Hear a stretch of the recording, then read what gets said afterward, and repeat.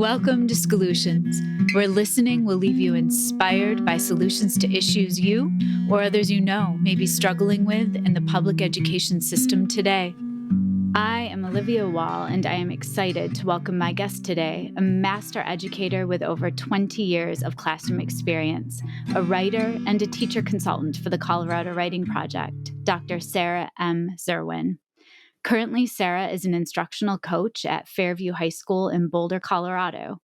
Her work and research challenge caretakers, educators, and students alike to align their beliefs about learning with their assessment and grading practices. Sarah outlines a process for making the shift away from traditional grading systems in her book, Pointless, An English Teacher's Guide to More Meaningful Grading. I must also mention Sarah's fabulous website, and I'll make sure to include a link in the show notes. She offers invaluable resources to support us with moving away from grading systems that have for far too long rewarded compliance over learning. Making this kind of shift takes courage and vision. Sarah is brimming with both. In her own words, I want my students to be able to read our complex world so they can write their own future within it. And without further ado, welcome Dr. Sarah M. Zerwin. Hi, Olivia. Thank you so much. What a nice introduction. I'm so excited to have you as a guest. And the way I begin every interview is by asking guests who an inspiring educator is from their life. So that I went on a hike just a little while ago with my dog, and that was what I meditated over while I was hiking today. And I feel like I'm surrounded by really inspiring educators at my school where I work, and they inspire me all the time. In my state, in Colorado, we were just talking about Sam Bennett and Chris Tavani. Those are local educators that I get to work with in various ways, and they inspire me an enormous amount too.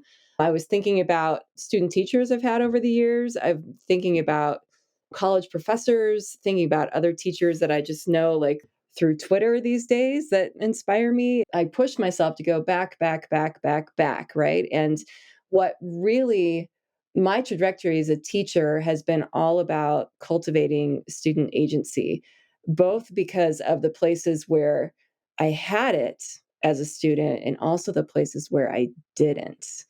And so that's what I was really thinking about. And um, I was a marching band dork when I was in high school. I love it. Yeah. And I was thinking about this. My band teacher, Mike White is his name, and he's still around. He's very retired, but he's still around and very well known, I think, in Colorado music education. But he really did create an opportunity for me personally to build my agency and my leadership and my voice. I was drum major of my marching band my senior year. And so he really let me lead. He kind of stepped aside and let me lead. So that's kind of who came to mind for me when I was thinking about this today. That's awesome. Letting students be leaders of their own learning, Mhm. to quote another fabulous book title. It's so challenging, yet so empowering. And it's what the world is asking of our students to do. And I don't know if everyone is ready to take that journey, but thank goodness you wrote your book, because it gives a beautiful process to rethink not just how to help students develop their own sense of agency. I have a fifth grader and a sophomore in high school. An issue I continue to see, it's years of point collecting Yeah. behaviors. It's, I'm going to get these points and I'm going to get a grade, alongside this hyper focus on mastery. Mhm. We have to master the standards. We Right. have to master this content. And you so eloquently speak to these facets in your book. One main shift that I took away from your book is that your students' final grades reflect the growth that they've achieved toward goals they set for themselves rather than mastery towards the standards. The way I'd love to frame our conversation is around the sections in your book called Navigating the Obstacles, because you throw questions out that I am asked often by educators, and you have really spectacular answers. And, you know, the name of the podcast is Solutions. It's School Solutions for a reason. Before we jump into those questions and obstacles, I would love for listeners to have you shed your brilliance on the context of grading systems and your research, just so they can have a better understanding of how grading has evolved and developed over the years. In the book, I use the term traditional grading or traditional grading systems to identify the traditional way that we are expected, I think, to do grading. And it comes all wrapped up in our systems, our grade books, like these electronic grade books that we're mandated to use that get to grades really in one way, at least the one that I have. And it's about points and percentages and grades and an ever calculating overall percentage. That's this high stakes grade that goes up and down to the minute, really. Yeah. All of that, I think, reflects sort of a history of the need to measure and evaluate and rank and sort and determine what students know against a set of standards or a scale or a rubric or that sort of thing. It's all very efficient. And that is from the research that I did. That is really where it came from, where I could trace it back to years and years ago. There was a teacher at a university who many years ago realized that he could take on more students if he moved away from one-on-one personal evaluation that was happening. Ah, Whereas like one student, one teacher, lots and lots of conversation and grading with letter grades or whatever, any kind of evaluation became sort of a shortcut for giving feedback. That's where I could find it as an origin for very beginning. But then if you go back to like the late 1800s and early 1900s here in our country, what we had going on then was an enormous amount of immigration from Eastern and Southern Europe to our country. And one source that I came across said that high schools were opening up at an astonishingly fast rate at that time, something like one every 2 weeks or something like that. I can't remember exactly what it is that I have in the book there about that, but astonishingly fast. And the deal was that there were so many new American immigrants that people in power were like, we've got to teach all these people how to be Americans. So then was born the American high school, and the high technology at the time was the factory model. And so yes. we have the bells that organize things. We have moving kids like we're moving them on a conveyor belt through the school every day. And, the American high school hasn't changed so much since the way it was born, right? It's pretty scary. Yeah. Yeah.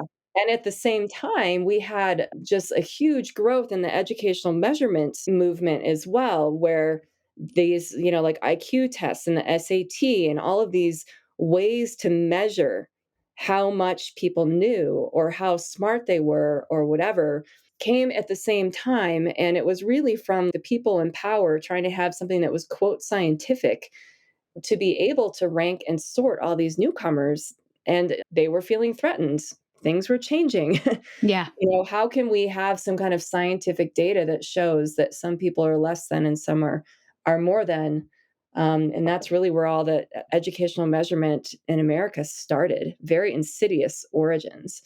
So anything that we do now in the way of evaluating, ranking, sorting, for grading, any of that, we can't help but trace its origins back to that insidious place. And that really troubles me. It is troublesome. And I continued to think about a conversation I just had with Cornelius Minor around the difference between being a compliant educator and a proficient educator. I went back after we had talked and I looked up the definitions Mhm. just to be really clear for listeners. I'm going to read a definition because it's fascinating. Compliance versus proficiency. Compliance, being willing to comply, yielding, bending, pliant, submissive, willing to do what someone wants. While proficient is good at, skilled, fluent, practiced, especially in relation to a task or skill. And I think, what are our grading systems truly asking of our children? Is it to be compliant and just bend to the system of points and gathering? Or is it to really be proficient with content and to get a message out there into the world through writing and reading? It's fascinating to me that the two terms and how they sift and sort what we're asking kids to do. Yeah. And so I've heard you use the term compliance for points. Can you say more about that? Yeah, at the root of traditional grading is this points for compliance exchange. And it's where, like, the teacher says, do this and I'll pay you with points. And then you can cash in those points for a grade that might get you something that you want, right? So, Yeah. for example, discounts on car insurance or admission to the college you want to get into, or maybe there's a possible future employer looking at your transcript or whatever the case may be. So, points for compliance, if there's an exchange like that at the center of the classroom and what students can get matters to them based on the points that they earn, then that's what they're going to focus on.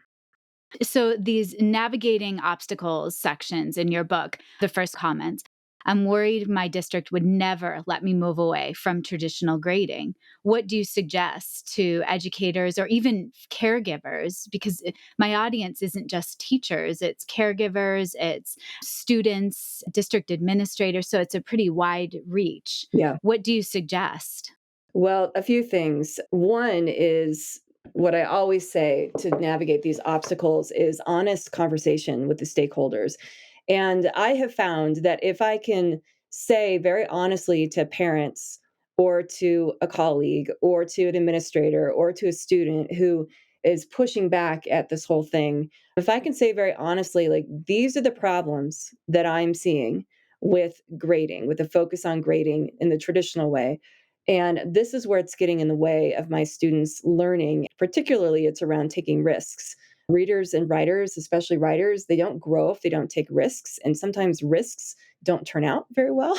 Yeah. So if there's a high stakes grade attached to everything, then they can't take those risks and they're just focused on whatever they need to do to comply with the teacher's request so that they can get the points that they need to get the grade that they want. So the first thing is just an honest conversation with people. This is why it's hurting my students, and this is what I'm trying to do instead. So I have found that that is a starting point works incredibly well to help get people on board. And usually stakeholders will be like, I see that. I do. I see it. Yeah. And awesome. Not always, but the other thing too that I do sometimes when I consult with districts across the country is I will ask them to send me their evaluation standards for teachers, because if it's like my district and many other districts are in the same boat, the only way to get a highly effective rating with assessments is to put students in charge of monitoring their own learning. And so for someone in my district, I can just say, do you realize that our teacher effective standards are asking us to do this? Yes. So that's another place that I can go. And so far, I have not found a set of teacher standards that I can't point to for support for a more meaningful path to a grade. What I'm struggling with right now, the school district has shifted to a rubrics based model. It's some levels of the system, not at high school yet, but definitely at middle school. What's been fascinating is the notion of a 1, 2, 3, 4, and where a 4 is that expert level, a 3 is meeting, and you know the drill. Mhm. And it's interesting. I have a good friend, and her daughter said, 4 is perfection. That's ridiculous. I stand against perfection. So I'm good with a 3. It made me love this child a little extra. And I thought, what are we saying to kids? Like, what is this whole notion of mastery? Mm, And mhm, I absolutely love the metaphor your colleague Jay mhm, spoke to a bit around mastery versus practice and what the mhm. purpose of school and work are. Would you mind sharing that metaphor? It's so beautiful. Yeah, absolutely. And I also want to just throw in really quick too that rubric based 1, 2, 3, 4 is still grading. And like Alfie Kohn makes that point so strong in the case against grades. And if you were to talk with him, I've heard him speak. He's very spicy when he makes these points, and it's awesome. It's standards based grading. If you're still trying to assess students' levels of achievement towards something, it's still grading. Like, it doesn't get, just Yes. because you're not using A, B, C, D or 190, 80, whatever. If you're ranking and sorting and evaluating towards a standard, it's all of the negative effects of grading that research has identified are still in play. Like, it doesn't get Yes. you away from those. So, And I'm going to have you circle back to that when we talk about Okay. standards-based grading and just have you define that. I don't want to leave without you describing Jay's metaphor because it's brilliant. Yeah, of course. For me, the whole no grading, pointless, etc. approach, I thank my colleagues at my school, Jay and Paul in particular, in my department because they were doing this first before I was. And they were pestering me to make the shift.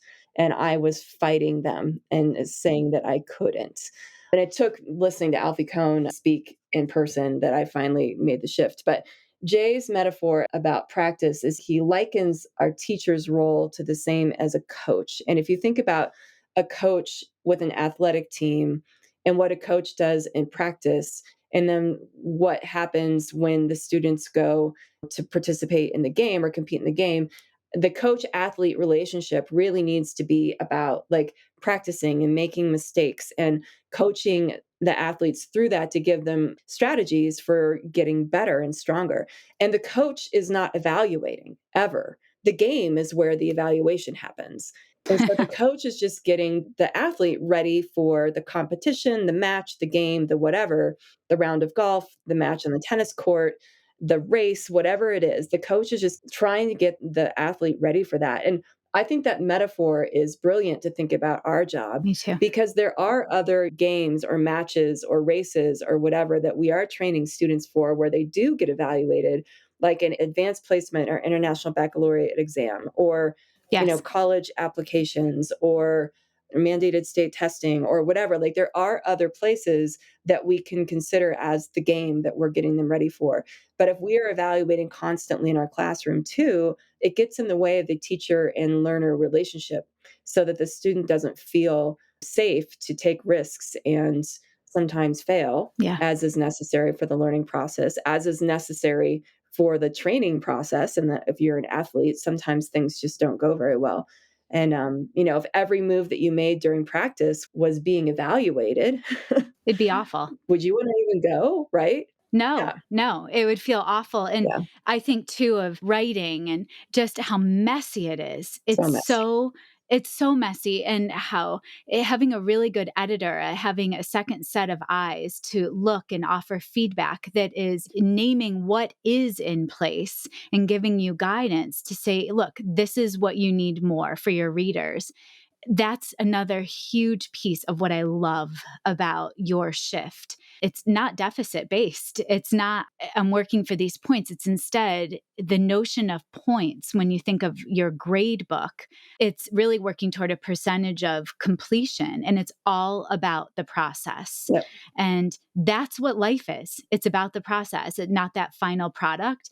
And I think of Chris's words alongside with Sam of if we are only assessing that end product, it's too late. Hmm. It's such a lost moment in time. Sometimes school districts have common assessments or common mandates. I'd love to have you share how can we tell what is actually required?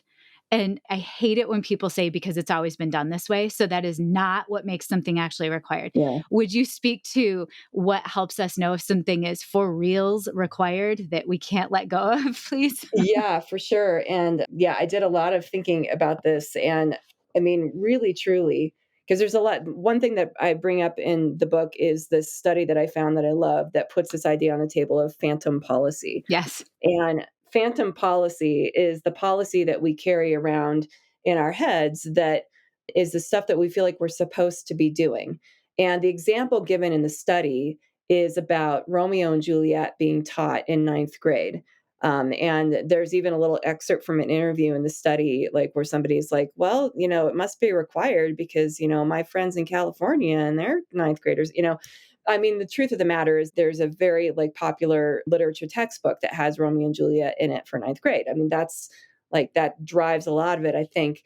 But it's also a super approachable Shakespeare play. It's also like there's all kinds of things, right? Yes. But that's a really, I think, salient example of this phantom policy thing that people just get in their head that, oh, that's the way I'm supposed to do it because that's the way I'm supposed to do it, right? But the thing is, unless you're being evaluated on it, or unless it's something that is hardcore required by your district or your school, then really it's not required. Yeah. It just isn't. And that, I mean, there are a lot of values in schools and departments that teachers have to navigate with each other, of course, always. And I think it's very important to have those conversations and navigate those values. But I mean, when it comes down to it, there's not so much that is actually required. I'm going to start using that term all the time, phantom policy. But it's true. Think of it with families and relationships. Mhm. It's the stories we create behind the scenes, writing someone else's story, the fact versus fiction. Thinking of my work with Lucy West and Tony Cameron, this belief we have that these things must always exist, that Great Gatsby always has to be taught in 11th grade. No, it doesn't. So it's interesting. One of the other pieces you address a question or a worry. I'm worried that I don't have time to reinvent all of my assignments. Or what if we're required to use particular exams or quizzes? These are concerns that are real. Yeah. Do we have to reinvent all of our assignments? No, absolutely not. What do we do? I think you've got to go back and really think about what is it that I'm ultimately trying to teach? Like, what is it that matters most? And if you get rid of that points for compliance exchange in the middle of your classroom and you take that out, you're not going to let that drive everything anymore. You got to put something else in the middle. For me, what that has been is a really nice, tight list of learning goals. And I'm very purposeful with the word goals instead of standards or objectives or anything like that, because I want to say this is not your curriculum objectives and this is not your required standards. This is something else. Because I think that we teachers, we need to sort through all of the curriculum expectations and all of the required standards. And we need to put something in front of our students that is much more meaningful for them than all of that. That is way too much. And so It is. I have done some work to boil down the curriculum expectations to a set of 10 learning goals. 3 of them are actually like student habit goals. So for each class I teach, I have only 7 content goals, and they are as general as revise extensively to improve a piece of writing. And that one goal actually covers many of the Common Core state standards about writing Yes. process. So it's all in there, right? But I want to put something in front of my students that is a little stickier and a little easier for them to make sense of and hold in their heads and work with. Once you have that, then you can start looking through all of the things in front of you that seem to be required and start sorting and making decisions. Like, does this thing help me to achieve the goals that I have for this class, the learning goals? And Yeah. we only have so much time. 180 days goes by pretty fast. I mean, it seems like it's endless when you're here at the start of the school year, like I am, but it's already week 4. Yeah. It's crazy. Already week 4, right? And so that's crazy. It goes so fast. And there's no Yeah. way I could possibly ever teach all of the things that are, quote unquote required of me. And so we're always making decisions anyway about what we're going to teach and not teach. We might as well be super explicit about what we're using to make those decisions. And it's the things that we really value as teachers, and we can articulate those in a nice set of learning goals that is a fusion of our values and what we're required to teach, and then use that to look at our curriculum and decide, okay, that thing actually doesn't help me meet any of these goals. So let's stop doing it. Right. Ah, yes. And here's a Yes. really important goal, and I'm actually not doing anything to meet it. I need to create something new. Right. But anything else that we have that lines up with those goals, we can certainly continue to use. And if it's a high stakes exam or a quiz or something like that that we're expected to use, continue to use it, but just use it in a different way. Like I repurpose reading quizzes, as I call them, reading comprehension checks. And it's still a set of questions about the reading, but I put it in a Google form and turn it into a quiz so that it will automatically score itself. And then the kids can go back through, and I set it so that it tells them what they got wrong, but doesn't tell them what the right answers are. And I set it so that they can go through it as many times as they want. So they go through and they answer the questions, they see how they did, they try to get the ones right that they got wrong. And it's all just for the purpose of them checking their own reading comprehension on their own without having that high stakes grade being lorded over them, because this is a high stakes test or quiz or whatever. And I think often teachers are really afraid that without those kinds of things, like reading quizzes that have a significant grade, that the kids aren't going to read. I just haven't found that to be true. I think the kids will read for other reasons aside from having to be ready for a test. Yeah. And so there are a couple of different ways I want to take the conversation. I think we're at a good point to go back to that notion of standards based grading. And then two other pieces I know I definitely want to have you speak to are the idea of feedback. Mhm. And I want to also have you illuminate more about how you use Gradebook because I think it's amazing. So let's go back to standards based grading. What in the world does that mean to you? Because I know it means a lot of different things to different folks. Yeah, it really does. It means a lot of different things to different people. And there's from, I use a 4-3-2-1 scale. I'm doing standards based grading. Like in some people's minds, or in some school districts' minds, we're doing standards based grading. It's 5-4-3-2-1 instead of ABCDF, right? Yep. Um, to getting really, really clear about the standards that you're teaching and lining up in a grade book, like you have columns that are not assignments, but they are actually standards. That's also standards-based grading, right? So it means a whole bunch of different things. And so when you told me that you wanted me to talk about this, I was like, "Oh, I don't really know what I wanna say." But the thing is, it's so squishy. It's really squishy and problematic. It is. And what is problematic about it is that no matter what, as you were saying, if you're holding a grade connected to it, let's shift then to the grade book conversation because the way you use the standards or the notion of working towards this percentage, it's really not about a standard per se, but it's Mhm. much more about the process. And if you do give a quiz, it's just not factored into the grade, Yeah. is my understanding. So, would you speak to that? Because I think that's really helpful. Yeah, for sure. And I have become obsessed with process and trying to find ways to teach the process better and better and better because that is where it all matters is the process. And when we emphasize products that are with big grades and big rubrics and everything and finalized for the teacher to go through with a red pen, I like what you said about what Sam said. It's too late. It's really too late. Yeah. That's where all our emphasis is. Our emphasis needs to be on the process along the way. And for what that looks like for me, sometimes I don't even look very carefully at final drafts. Yeah. Honestly, I look at their work in process and try to get involved there wherever I can through conferences and some feedback and getting the class doing a lot of feedback together. And so in the end, that final draft just doesn't matter as much, at least not for me, right? And I'm also trying to find more meaningful ways for those final products to be used in my classroom community. Like, you got to finish this because a group is going to be doing something with it next week. So you better have it done. But anyhow, the grade book. So I cannot keep my grade book from calculating a percentage. Well, I could just not put any data in there. However, in the community where I am teaching, I would be fighting an uphill battle if I did that. I have no interest in doing that because there are so many people who look at my grade book for various reasons.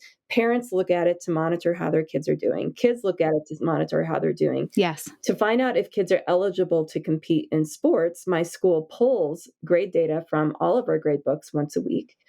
And so I got to have something in there. And also, my admin team pulls grade data at various times to monitor whatever they need to be monitoring or they have a question. I can't control who's going to be looking at it. I've also support teachers like our special ed teachers and our English language teachers. They're looking at the gradebook data too. And so if I have something in there that looks completely different and weird, I'm going to have to constantly be explaining it to people, and that's going to get in the way of the shift that I have made. So I've been advising people to try to, whatever you do in the grade book, make it look as close to what people expect as possible, Ah, but then train your kids to read it differently. And I do have a document on my website for parents too, to like say how to read what you see in the grade book. But training the kids, I think, is the most important thing. And so I record almost everything that I ask them to do. I put in there in the grade book, almost every single thing. And I put it in not with numbers, but I can make my own set of assignment marks. It's called in my gradebook. We use Infinite Campus in my district. My assignment marks are like if the assignment is done thoughtfully and completely, I put in complete, and that calculates to 100%. And if they've done it, but they've got some work to do, I'll put in a partial, and that calculates to about 70%. Funny, sometimes my students don't read instructions. I don't know if that happens to other people, I but think it may. if they do the work, but they really, like, miss something because they didn't pay close attention to the instructions, I'll put in review instructions, and Yeah. so that's the kind of immediate feedback I give them, and then I have about 240 characters in a comment to go with each assignment. I use that to record some qualitative data, or if there's actually is a score, I put it there in the comment box Okay. because scores are good data for us if we're looking for trends and growth and blips where things were going fine and they weren't going fine. Those numbers can be really good data for us and for the kids. So if I have a score, I put it in that comment box. So it's there. The kid can see it. I can see it. Parents can see it. Anybody who needs to see it can see it. But the number that's being calculated overall is a completed work percentage, is what I tell the kids. And every Monday, what I tell them is just a reminder the number you see in the grade book is not your grade. It's just a metric to let us know if you're keeping up with the work or not. Keep it at 100%. If it's not at 100%, something is amiss. And it's just one metric that we'll consider when we're deciding what your semester grade is going to be. Every Monday, I say the exact same thing. I love it. And I have a quote that I took from chapter 5, page 106. I want to read it because I think it is a beautiful synopsis of what you are going for with Gradebook. They might start with partial, but can definitely end up at complete. In this way, I honor the process of learning, recognizing that growth means working at something again and again. Mhm. Students focus on the work rather than the grade. It frees them to take risks, it reduces their stress. They are not worried about losing points and can instead see their work for what it is so they can focus on making it as strong as possible. Yep. Yes, Yep. I love it. Yep. I love it. And I think that whole notion of making learning visible, I adore the idea too of teaching the students, the children, how to read the Mhm. grade book differently. Give them the key, right? So all these codes and what this actually means. I think the way you speak to that in the book is just fabulous. Thank you. And this year, all the other assessment data that my classroom produces, I want to do a better job of getting the kids working with it, getting in the weeds with it. And we have some new online tools the district has gotten us during pandemic and post pandemic that Yeah. have the potential to give us some good data, but I want the kids to be working with it, not me, Yeah. about their reading and writing skills. So I'm trying to figure that piece out.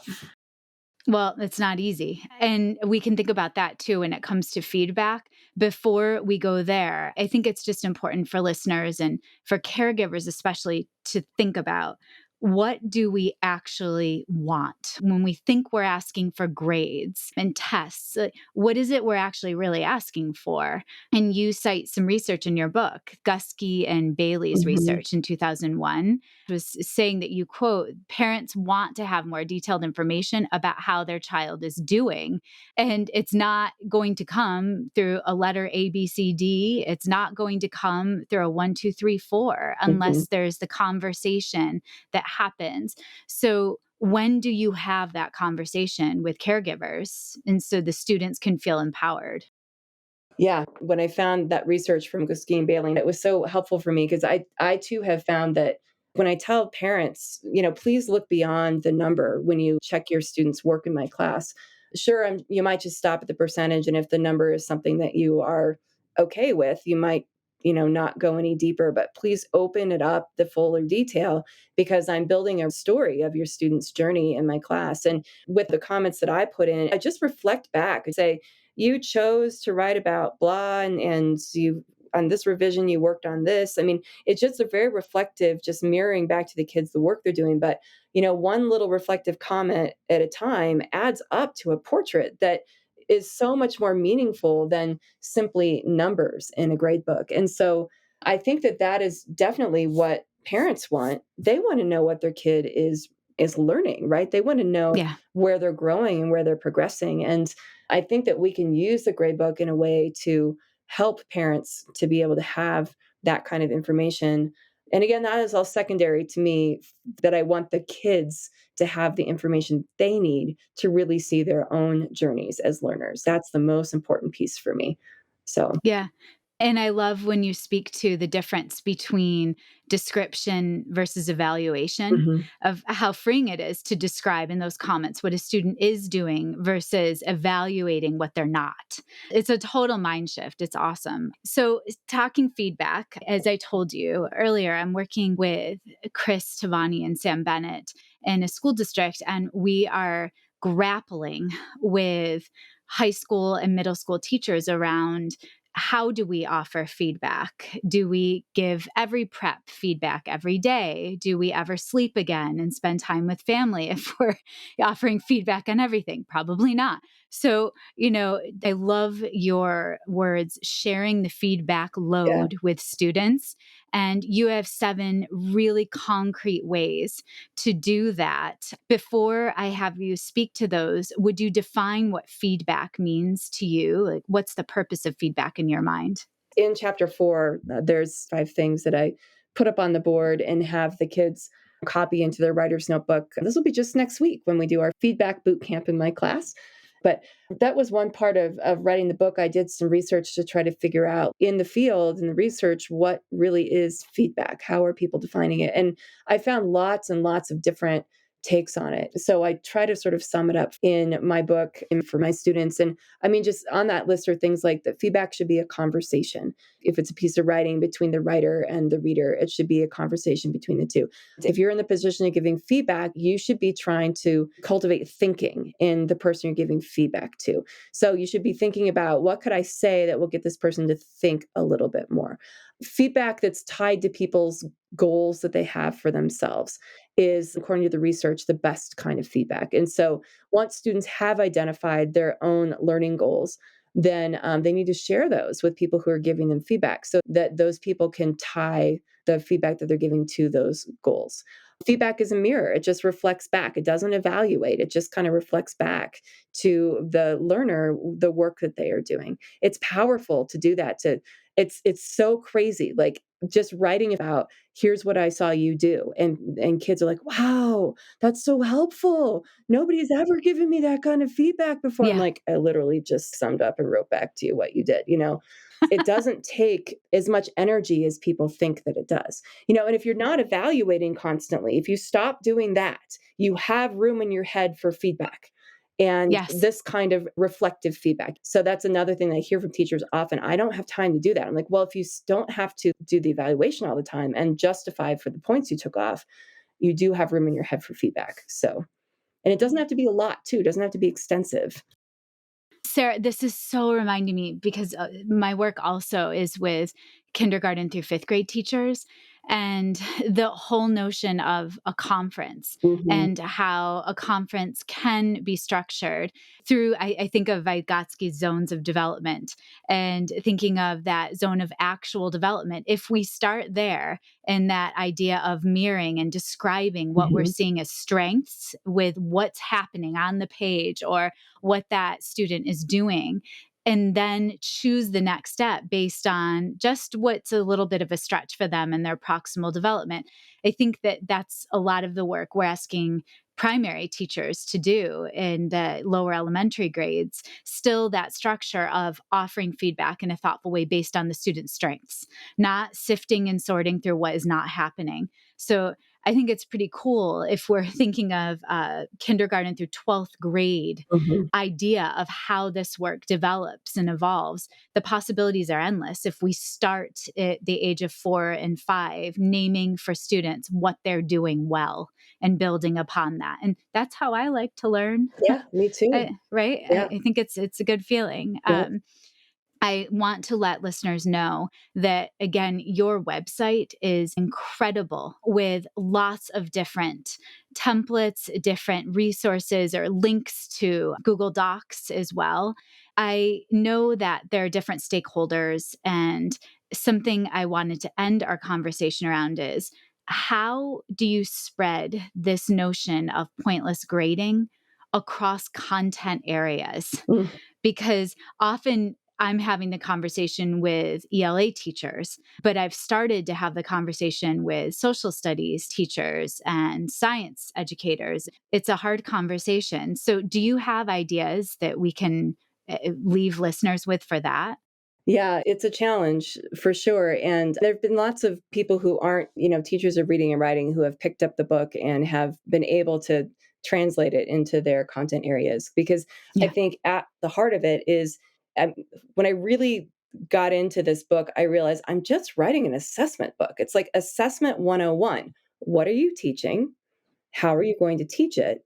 And how are you going to know what your students have learned? Literally, that is what Pointless is about, Yeah. is taking it back. Because if you're going to take the points for compliance exchange out of the center of the classroom, you have to put something else there. And that is, what are you teaching? How are you going to teach it? And how are you going to know that your students are learning? And that goes across all content areas. I've had conversations with science teachers about, okay, let's strip it down. What is it you want your students to get out of this year? Let's take what you value about teaching science up against what you're required, and let's try to make a really nice, tight list. Okay, now, what are you doing to address those things in class? Are you teaching those things? Is there anything you need to create so you're teaching those things? Is there anything you can get rid of because it doesn't match up with those goals, et cetera? And then, all right, now, how are you going to discover if your students are learning those things? And how can you do it in a way that centers on students being the most important users of that assessment data?